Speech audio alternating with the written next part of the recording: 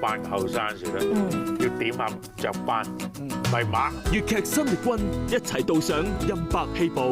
一個女性啦，可以喺個公堂裏面壓得住，佢真係好似一個好公正嘅官嚟嘅喎。我自己本身就特別欣賞仙姐嘅口白，真係講得好好聽，好有高低跌宕。與星光同行，今晚10點半。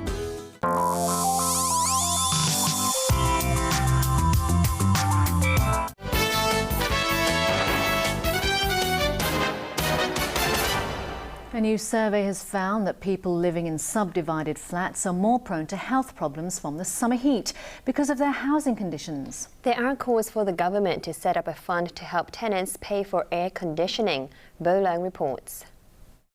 While Hong Kong bakes in the scorching summer heat, a lot of people will be able to cool off in their air-conditioned homes. But for low-income families living in subdivided flats, there's no escape from the hot weather, not even in their own homes. In some subdivided units, temperatures inside are even hotter than outside because of poor ventilation. Air conditioning is beyond the reach of most tenants due to expensive electricity. Mrs. Yeung and her family of 5 live in this 100-square-foot room. She says it's too hot to stay at home in the summer. She can't open any windows either because they're blocked, and she says she suffered from heat stroke before. According to a survey conducted last month by the World Green Organization, temperatures inside the subdivided room in Kwun Tong reached 35.7 degrees, 5 degrees higher than the outdoor temperature recorded by the observatory. That increases the risk of heat stroke, insomnia and other health problems, according to the group. It said temperatures remain high during the night because of the cramped living conditions, heat from cooking and other electric appliances. The organisation is calling for action to help people who risk health problems because their homes lack facilities. The household, they need to spend at least 30% higher in electricity tariff, per kilowatt hour. So they pay more than the normal people. And the subsidies provided by the Hong Kong government, when we're talking about the 1,800, cannot reach the tenant directly. Instead, that was taken by the landlord. You wants a foundation set up to make sure subsidies go directly to the tenants to pay for air conditioning and energy-saving lighting. You also wants the government to dig into the community care fund to help solve housing problems and ease the financial burden of poor families. For years, the government has been under pressure to tackle the housing crisis that's forced many Hong Kongers to live in these conditions. The scale of the problem was highlighted earlier this year after a government survey found that 171,300 people live in 66,900 subdivided flats across the city. Yeung, ATV News. Police in Japan have clashed with hundreds of protesters over a controversial war shrine in Tokyo. But first, now a wrap of international news. The US has condemned a string of deadly bomb attacks in Iraq. Washington condemned the perpetrators of deadly attacks in Iraq yesterday as enemies of Islam in an unusually detailed statement following the latest violence in the war-torn country. The US State Department said the car bombs that ripped through Baghdad cafes and markets, as well as other blasts and shootings elsewhere, were cowardly attacks aimed at families celebrating the Eid holiday that marks the end of the Muslim fasting month of Ramadan. The violence killed at least 80 people and came just weeks after brazen assaults claimed by an al-Qaeda front group on prisons near Baghdad that freed hundreds of militants, which analysts warn could boost armed troops.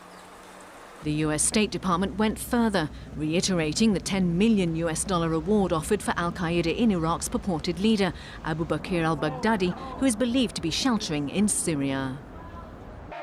Several hundred anti-Yasukuni protesters marched after sunset yesterday evening with candles and flags to protest against the controversial shrine. But their opponents decided to gatecrash the candlelit rally and make their voices heard too, and that's when the trouble started. The Yasukuni Shrine in Tokyo is regarded in much of Asia as a symbol of Japan's wartime past. It honours around 2.5 million Japanese who died in the Second World War and other conflicts, including 14 war criminals. Japanese government officials often visit the site on the 15th of August, the anniversary of Japan's defeat in the Second World War. Japanese media have reported that Prime Minister Shinzo Abe is unlikely to visit this year, and protest organiser Masatoshi Uchida said it was time to send a message to the world that Japan has changed. Hundreds of people gathered in the US city of Miami in Florida to show their support for an 18-year-old graffiti artist killed by a police taser. The mourners said they wanted to speak out against what they slammed as police brutality. Israel Hernandez died after police tasered him as he ran away from spray painting the wall of a derelict building. He had sprayed an R, the first letter of his artist's name Rifa, when police saw him and gave chase on Tuesday. The police claimed the teen ignored their commands to stop running, so an officer used his taser electroshock gun. His friends said the officers high-fived each other after taking Hernandez down. Colombian-born Hernandez was an award-winning artist, known in the area for his paintings, sculptures and photography. Time now for sports with Raymond. And the US PGA Championship is coming to a close. Well, yes, but there's no clear winner yet. While American Jim Furyk leads the pack after day 3, 7 golfers sit within 6 strokes of him in the season's final major. In tennis, Rafael Nadal solved Novak Djokovic to reach the Montreal Masters final. A look at the weather before we go. Hong Kong enjoyed another fine day with plenty of sunshine. Temperatures varied from 27.7 to 33.1 degrees, while the relative humidity was between 64 and 86%. Winds were moderate coming in from the southeast. Let's check on the ultraviolet reading. The maximum recorded for the day was 12. Tomorrow's UV index will be around 12 as well. Let's take a look at the weather in the region. A while ago, severe typhoon Uto was centered about 370 kilometers east-northeast of Manila. It's expected to move west-northwest towards northern Luzon. Locally, a ridge of high pressure is bringing fine and very hot weather to southeastern China. Here's what we can expect over the next few days. Fine and hot again tomorrow, apart from isolated showers. Temperatures will range between 28 and 33 degrees, turning cloudy with showers on Tuesday, and more rain is expected throughout the week. Now for tomorrow's air pollution levels.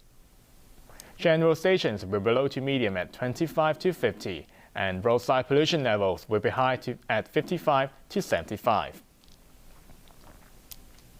And finally, here's the weather around the world.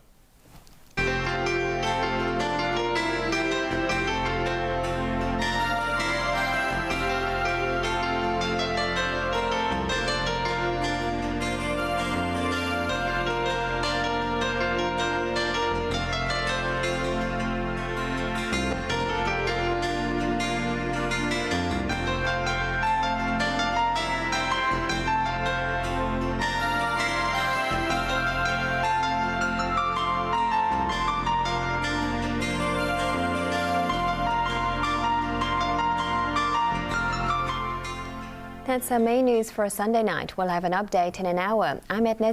I'm Raymond Yeung. And I'm Anne-Marie Sim. Thanks for watching ATV. Good night. Good night. Good night.